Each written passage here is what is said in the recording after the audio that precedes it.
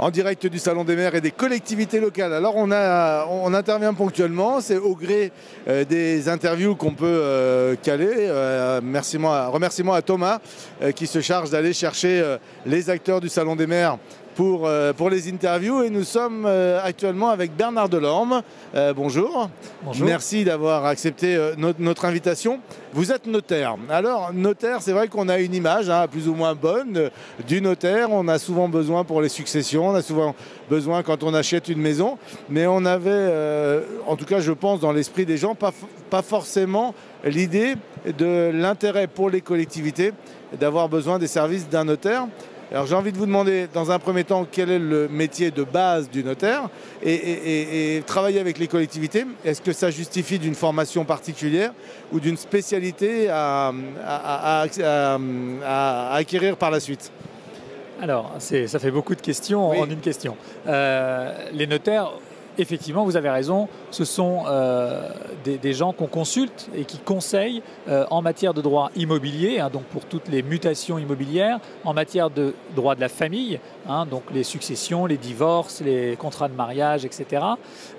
Et également en matière de droit des sociétés, en matière de collectivité territoriale, en matière de gestion du patrimoine. Enfin voilà, la palette du notaire est quand même assez vaste. Ce qui veut dire que le notaire est à la base un généraliste du droit. C'est le conseiller de proximité. C'est souvent le point d'accès au droit le plus, grâce au maillage territorial, le plus facile pour les concitoyens. Mais effectivement, nous avons également maintenant des spécialisations qui s'opèrent, plus ou moins, des notaires qui sont évidemment plus ou moins à l'aise sur certains sujets. Et au sein de notre conseil supérieur, nous avons mis en place un institut qui est dédié précisément aux collectivités et aux conseils auprès des collectivités territoriales. C'est ce qu'on appelle l'INCL, l'Institut notarial des collectivités locales, et donc qui a vocation à la fois à former les notaires, donc il y a une dimension en interne, former le notaire pour qu'il appréhende mieux ces questions, qu'il soit plus efficace sur ces questions de droit public, et également une dimension extérieure, à savoir faire connaître justement cette pratique du droit public auprès des collectivités, ce savoir-faire des notaires en la matière.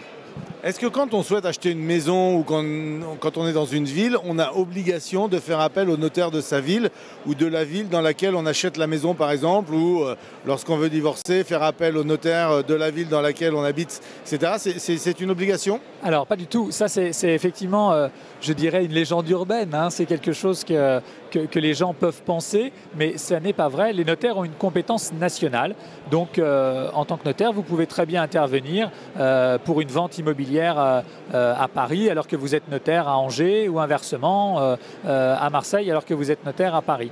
Vous avez le client a la liberté de choisir le notaire et le conseil qui est au plus proche de lui, non pas forcément par la géographie, mais par les affinités, la compétence, voilà, donc et la confiance qu'il place en lui. Est-ce que le notaire est quelque part garant d'une certaine législation?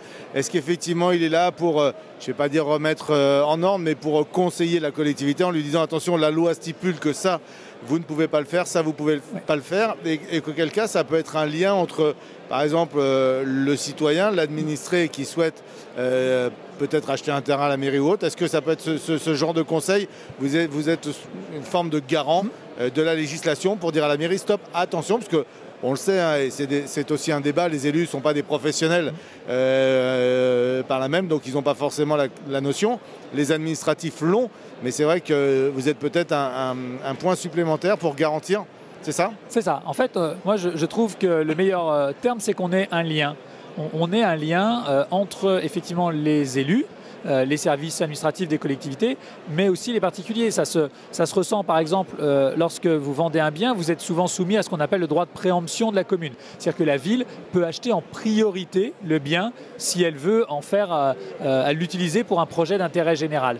Et bien là, c'est le notaire qui va se charger de notifier à la collectivité l'existence de cette vente, les caractéristiques de cette vente, pour que la collectivité puisse se prononcer.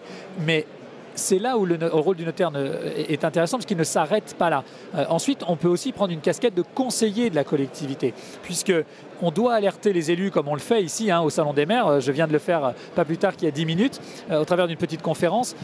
Si vous voulez, on doit informer des modalités pour exercer ce droit de préemption valablement. Parce que si la collectivité ne respecte pas le formalisme qui s'attache à la décision de préemption, eh bien, sa décision pourrait être complètement inefficace. Voilà. En cas de conflit, est-ce que vous avez autorité, par exemple, pour prendre des décisions en disant, voilà, il y a un conflit entre la commune, entre l'acheteur ou le vendeur, il y a ce droit de préemption. Et est-ce que vous avez autorité pour dire, on décide, c'est notre parole qui vaut pas de tribunal, mais de décision finale? Alors la réponse est non, clairement. Le notaire n'est pas juge.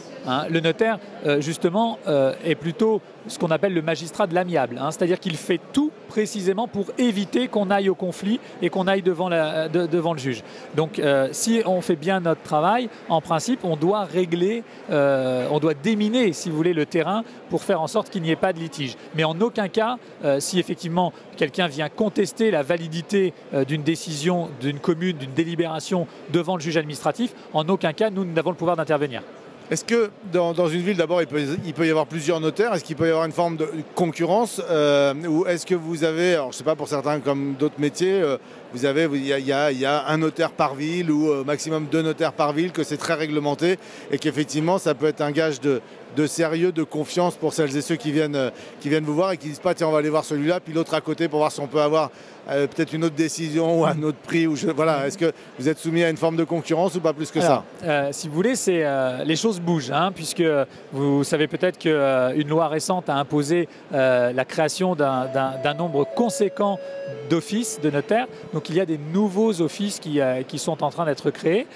Donc effectivement, il peut y avoir plusieurs notaires, bien entendu, dans une même ville.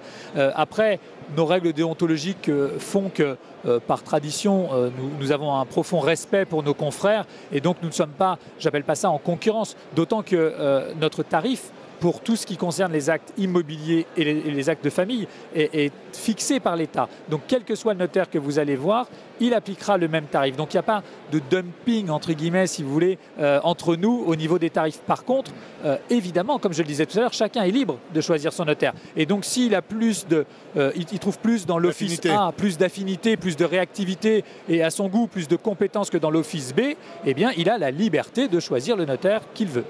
Eh bien, écoutez, Bernard Delhomme, merci beaucoup. Avec plaisir. On situe votre stand dans le Salon des maires? Alors, nous sommes au pavillon 2-1.